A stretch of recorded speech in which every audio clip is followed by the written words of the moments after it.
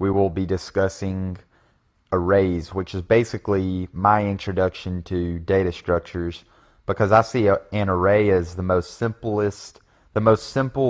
data structure that we can kind of delve into without getting too advanced.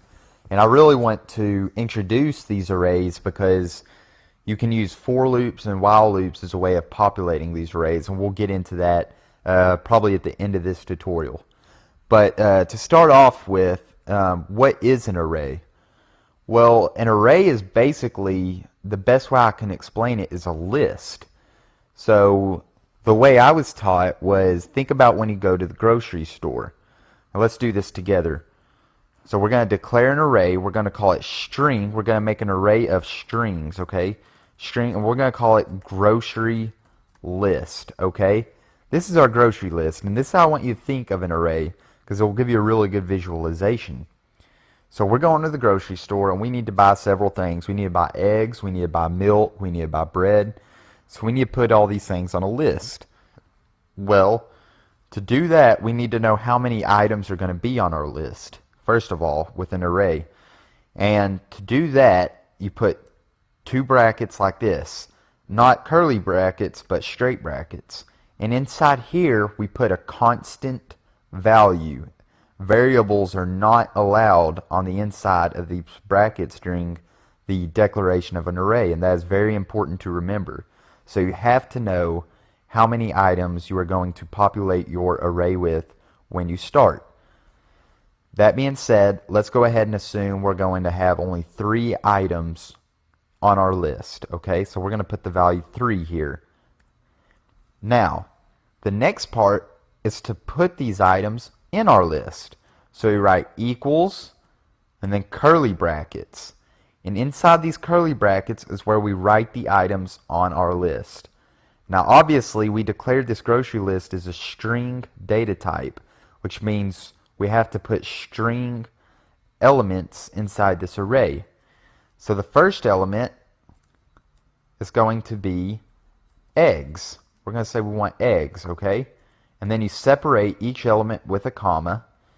We'll say we need milk, and then we'll say we need bread. And then end the declaration with a semicolon. So this right here is your first declaration of an array in C++. And it's fairly simple. You just have to remember that you need to put the constant number of items right here in the brackets, and then you declare each item, each element in the array, so to speak, in the curly brackets over here. Now, you may be thinking, when would I use an array? Well, you're going to use it all the time. Well, we're going to go into that later. But before we do that, I want to discuss this value right here, this 3. Now, though we wrote a 3 right here, and we can't put variables, so for instance, if we wrote int index equals 3, we are not allowed to put index right here during our declaration. And I believe code blocks sometimes lets you get away with it, but actually it doesn't. See, I just tried to run it and I got an error, and that's why, because we put a variable here. You're not allowed to put a variable there. However, I want to go ahead and, while we're on this topic, discuss constants with you. And a constant is different from a variable in that it never changes, meaning all you have to do is add the constant keyword, which is C-O-N-S-T, const int index 3. So now if we run this, index becomes a constant value and the program runs. Now keep in mind, when you add const right here, you are not allowed to change index later in the value. So if I try to say index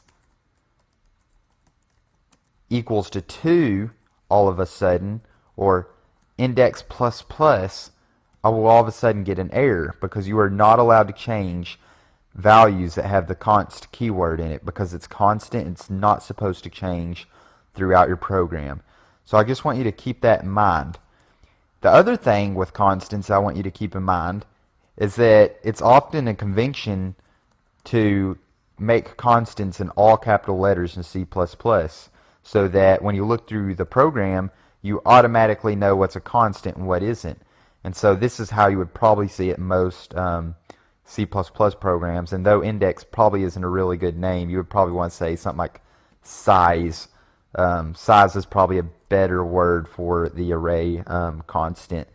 And that's usually how you'll see it in C++ programs when you're talking about arrays. Now, I do want to go into, we discussed for loops last time in our last tutorial, and I want to go ahead and dive into how we're going to use for loops and arrays together, and that's why I made arrays as our next tutorial after for loops, so that it would be fresh on your mind and you can see exactly how we're going to use it. So let me go ahead and show you that now. We're going to make a for loop, okay, and in this for loop we're going to say integer index equals to 0, and then we're going to say index less than size index plus plus. Now think about this for a minute. We're declaring a new variable called index and we're setting it equal to 0. Then we're saying index, this is our condition, we want to do this for loop while index is less than size, and size we set to 3, which is also the size of our string array, and then we're incrementing index by 1 each time we run through this for loop. So this for loop, if we ran it, we'll just see out index real quick so you can see it should only run 3 times, and if we run it, that's exactly what you'll see. 0, 1, 2, the 3 times, and remember index starts at 0.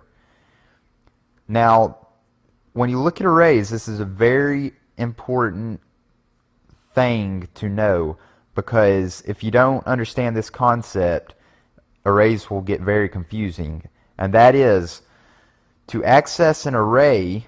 So let's go ahead and access grocery list. We're going to say output grocery list, and then you put brackets, okay, indel, and inside these brackets you put the number that you want to output.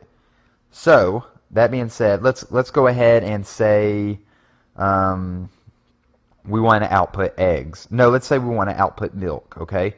So if we want to output milk, you would think you would enter 2 here, right?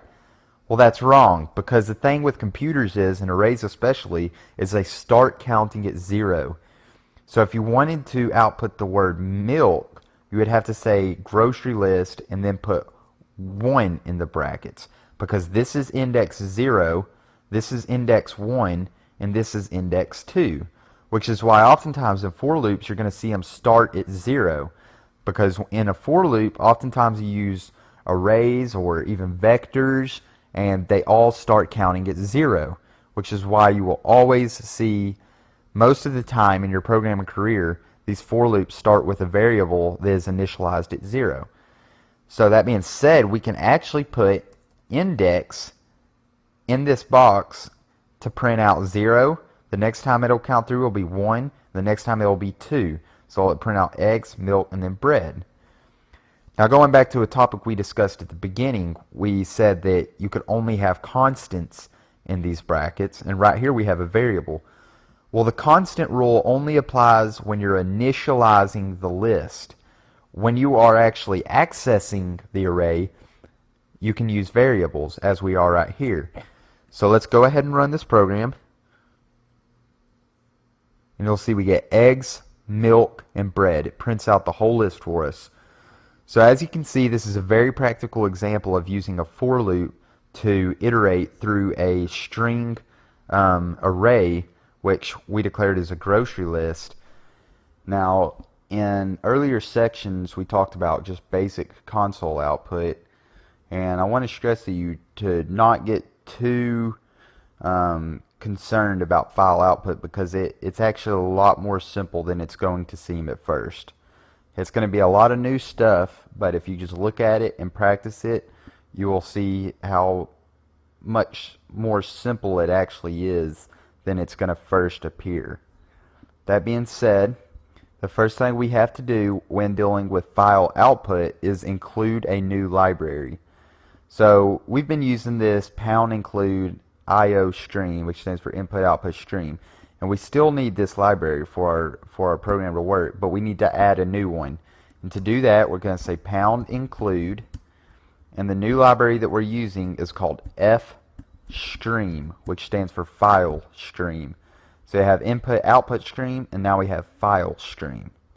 Okay, so the next thing we are going to do is declare an output stream file, so to speak, an output stream file that we are going to use. And to do that, we say OF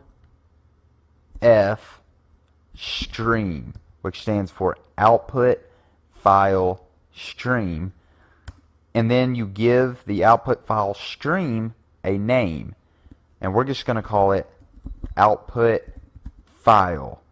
Okay, now output file, what you want to do is add parentheses and put a semicolon, and in these parentheses I want you to declare the file name of the output file that you want to use. Now, that being said, if there's already an output file that has been made that is in the current directory, then of course you just want to enter that file name.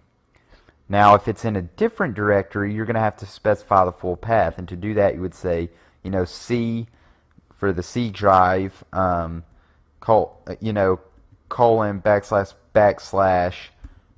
users // and you do have to have double backslash when using these strings. And without going too much in depth, because I would really need to put that in a new tutorial, and I will actually make a tutorial about that. But the first backslash when dealing with strings is considered an escape character. So just know that whenever you're specifying these files and you use a backslash, you need to put two of them in order for the first one to be read. So that's how you would do that. But for me, I'm just going to declare a new file, and it's going to be in the current directory, and I'm just going to call it names.txt. Just like that. And if you run this, everything should run fine. It will just return 0, and you know that you don't get any errors. Now, names.txt is going to be the name of our output file that just got created. So if we actually go to open right here, it should have created a names.txt file right here, as you can see, for us, since we just ran the program. So now that the file is created and everything is fine, we can actually start writing to that file. Now, before we do that, it's always good practice to have a branching statement in case something goes wrong with creating that file or finding it. And what I like to do is say if not output file, which means output file, if not output file, it basically means if the output file returns false, meaning that it couldn't be created, then run this code. So that means if the output file names.txt could not be created nor found, then do this, and we'll just output the file could not be found. And then we'll say return -5. And this can be any value. I could say return -7. I could say return 9. I usually put a negative value like -10 or -5. And that way, when we run the program, like we'll run it right now, if it says process returned -5, I know that the file was not found. And you just use a random number like that you can easily associate with an error. And that would definitely be an error. But since process returned 0, we know that names.txt was created. So let's move on and let's actually write to this file. And to do that, let's create a string name equals Zach. And this is going to be a fairly easy example. And whenever we make our practical program at the end of this section, you'll see a more in-depth way of looking at file output. But for now, I'm just going to show you an easy, in the simplest way I can, how it's performed. So we're going to make string name equals Zach. And now we're just going to write that name to a file. And to do that, we use our output stream name, and the handle on that is called output file.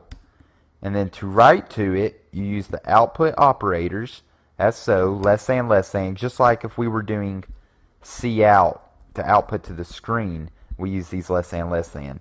Instead, we're going to do output file, which is our output stream up here, and we're using output file. That's the handle name, you should say. So output file less than name, and then return 0. And if we run that, everything should run fine with no errors. And if we open, let's just open names.txt real quick. We're going to open it right here, and you can see Zach was written to this file.